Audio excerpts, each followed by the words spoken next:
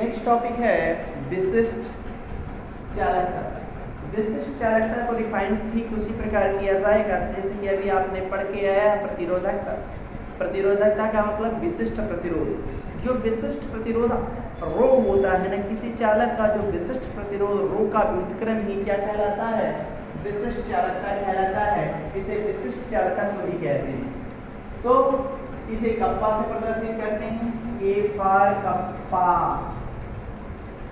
कटप्पा ना, kappa, kappa, A for kappa बराबर 1/रो।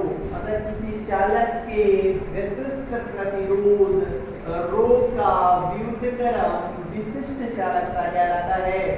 अर्थात इसका मात्रक क्या हो जाएगा, यदि आपसे कोई मात्रक पूछ दिया विशिष्ट, तो अभी आप कह देंगे सर रो का व्युत्क्रम है तो रो का मात्रक होता है ओम सेंटीमीटर या ओम मीटर, ओम इनवर्स हो जाएगा, मीटर इनवर्स हो जाएगा यदि आपने किसमें तार की लंबाई मीटर में ली है तब, और यदि आपने सेंटीमीटर में लिया है ओम इनवर्स हो जाएगा, सेंटीमीटर इनवर्स हो जाएगा।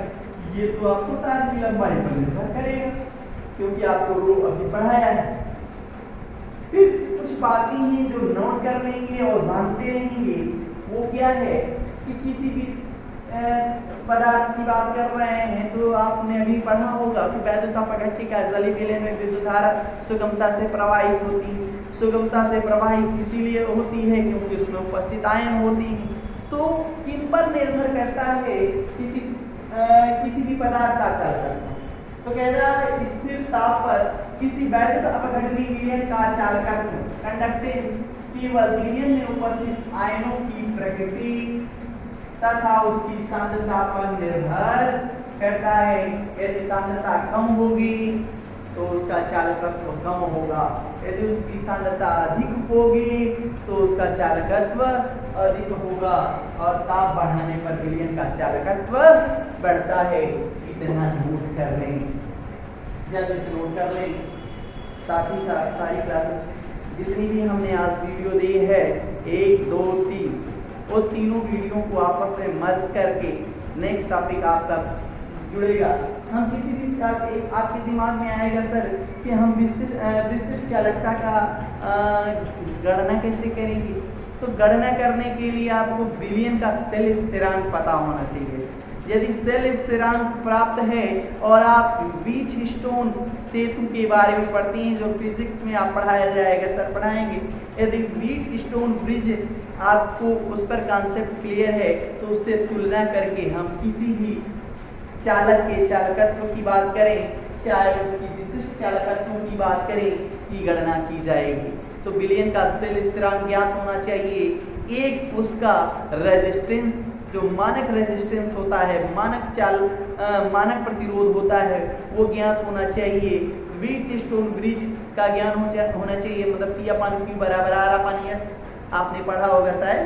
तो उनका अध्ययन या फिजिक्स वाले सर से अच्छे से पूछ पाएंगे आप, क्योंकि उसका न्यूमेरिकल वो लोग ज़्यादा कराते हैं, हम इसका न्यूमेरिकल कराते नहीं, हम तो केवल आपको बता रहे हैं क्योंकि वो निम्जी सेल होता है। निम्जी सेल का एक सेल स्थिरांक ज्ञात होता है, उसको x से डिनोट किया जाता है, उसको वो ज्ञात रहता है और हाँ एक मानक प्रतिरोध लिया जाता है और जिसको आप व्हीटस्टोन ब्रिज में कंपेयर कराती हैं, तुलना कराती हैं, तुलना करके हम किसी भी विलयन की बात करें जो चालक का काम कर रहा है वो वैद्युत अपघट्टिका विलयन, या किसी तार की भी बात करें तो उसके हम विशिष्ट चालकता का अध्ययन कर पाएंगे। क्योंकि हम केमिस्ट्री में पढ़ रहे हैं इसीलिए हम बार बार कह रहे हैं हम लेंगे तो वैद्युत अपघट्टिका विलयन लेंगे, वैद्युत अपघटनीय विलयन में चालकत्व की बात करेंगे। इसको नोट कर लें। इससे आधारित अब आपको जो गणना है वो आपको बहुत इंपॉर्टेंट, नेक्स्ट जो टॉपिक हम अभी पढ़ाएंगे वो है मोलर चालकता।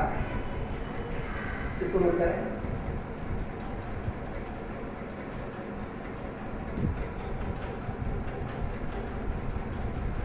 नेक्स्ट टॉपिक मोलर चालकता है।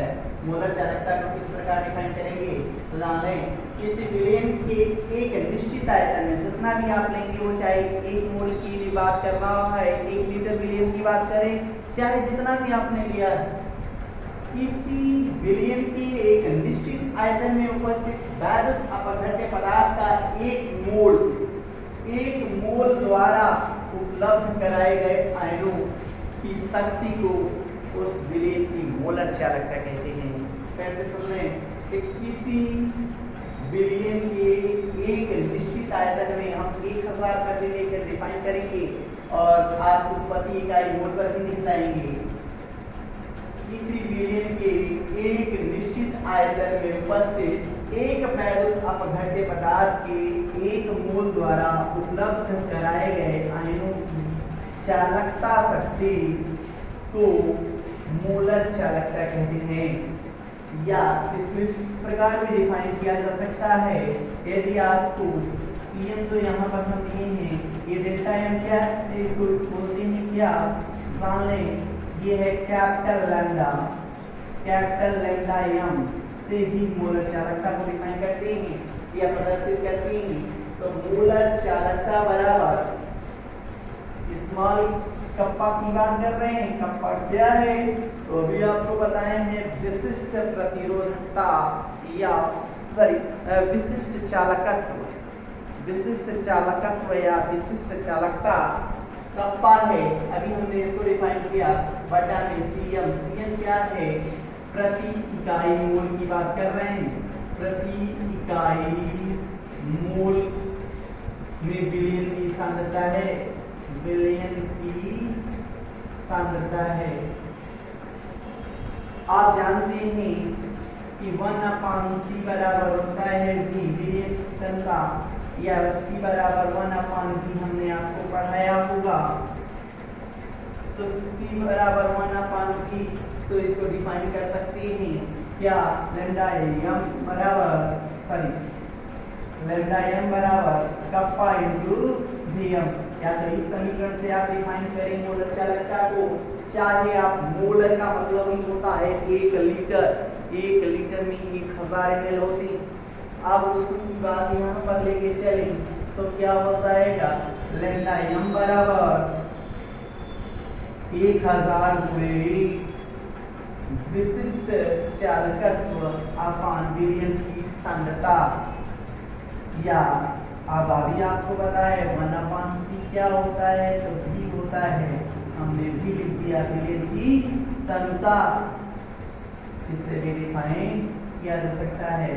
तो आप कोई भी यदि आपको मोलर चालकता पूछा जाए तो मोलर चालकता को डिफाइन या तो आप इससे कर लें, चाहे इससे कर लें, चाहे इससे कर लें, समीकरण द्वारा भी आप इसको परिभाषित कर सकते हैं। और जानकारी के लिए याद रखें, जिसका जो मात्रक होता है बार बार पूछा गया है कि मोलर चालकता का मात्रक क्या होता है।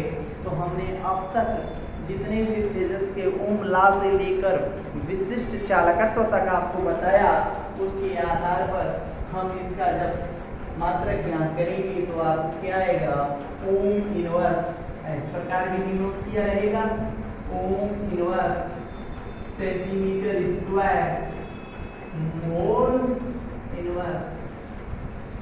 सेंटीमीटर स्क्वायर तभी लेंगे जब आपकी तार की लंबाई किसमें दी गई हो, सेंटीमीटर में दी गई हो। यदि मीटर में दिया है तो मीटर को सेंटीमीटर में बदल लेंगे, चाहे सेंटीमीटर को मीटर में रख के लिख देंगे। तो ohm inverse centimetre square mole inverse इसका मात्रक होता है। और नेक्स्ट टॉपिक है तुल्यांकी चालकता, उसको भी डिफाइन कर लेंगे, पहले इसको नोट कर लें, फिर से हम बात करेंगे। मोलर चालकता बहुत ज़्यादा इम्पोर्टेंट है। मोलर चालकता को डिफाइन करते हैं लैम्डा एम से, एक कैपिटल लैम्डा है, उल्टा भी नहीं, कैपिटल लैम्डा एम मोलर चालकता। नोट करें,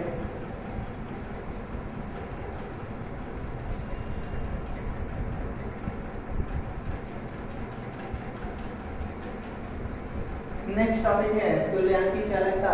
इसकी डिफिनीशन ठीक उसी प्रकार होगी जिस प्रकार हमने मोलर चालकता को डिफाइन किया था। केवल एक मोल की जगह हम केवल 1 ग्राम तुल्यांक कर देंगे, बाकी परिभाषा वही रखेंगे।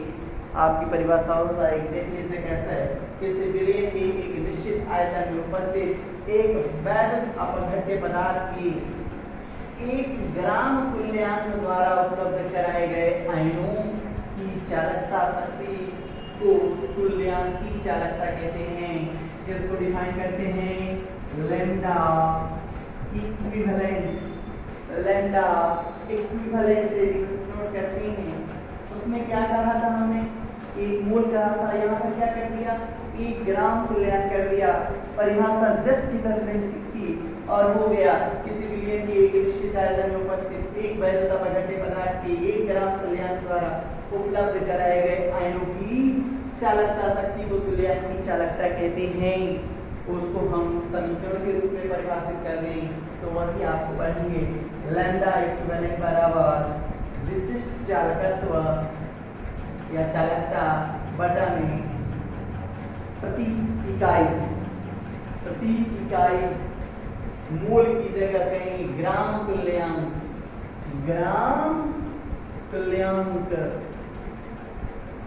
में विलयन की सांद्रता C और उसको हमने डिफाइन कर दिया ऐसे। यहाँ पर चलेंगे तो ये C जो है ना, ये C को आप यहाँ पर कंसीडर करेंगे उस मोलर चालकता के लिए, यहाँ पर मोलरता रहता और यहाँ पर C क्या आएगी, नॉर्मलता के लिए डिफाइन होगी। नॉर्मलता मतलब ग्राम तुल्यांक प्रति लीटर के लिए डिफाइन होगी। या आप इसी को ऐसे भी डिफाइन कर सकते हो, या करके हम दे रहे हैं यहाँ लैम्डा इक्विवेलेंट बराबर 1000 गुणे कप्पा अपॉन नॉर्मलिटी। आप जानते हैं नॉर्मलता की परिभाषा, आपको पढ़ाई यही होगी कि प्रति लीटर विलयन में उपस्थित विलेय पदार्थ के ग्राम तुल्यांकों की संख्या ही उस विलयन की नॉर्मलता कहलाती है। तो यहाँ हमने ग्राम तुल्यांक लिया है तो नॉर्मलिटी से डिफाइन किया, वहाँ पर हमने मोल लिया था तो मोलैरिटी से डिफाइन किया। अब कहता है कि सर जी दोनों में अंतर क्या होगा, तो जान गए कि मोलर चालकता में क्या है, मोलरता और यहाँ पर क्या है, नॉर्मलता। तो दोनों में संबंध यदि हम ज्ञान करेंगे तो कहता है कि मोलर चालकता बराबर अणुभार बटा में तुल्यांकी भार गुणे अणुभार बटा में तुल्यांकी भार गुणे आपका तुल्यांकी चालकता। इसको आप नोट कर लेंगे। अब हमें जो इस चैप्टर में पढ़ना है वह विलयन की तनुता से रिलेटेड एक जो नियम है बहुत ज़्यादा इम्पोर्टेंट, क्लराउस का नियम।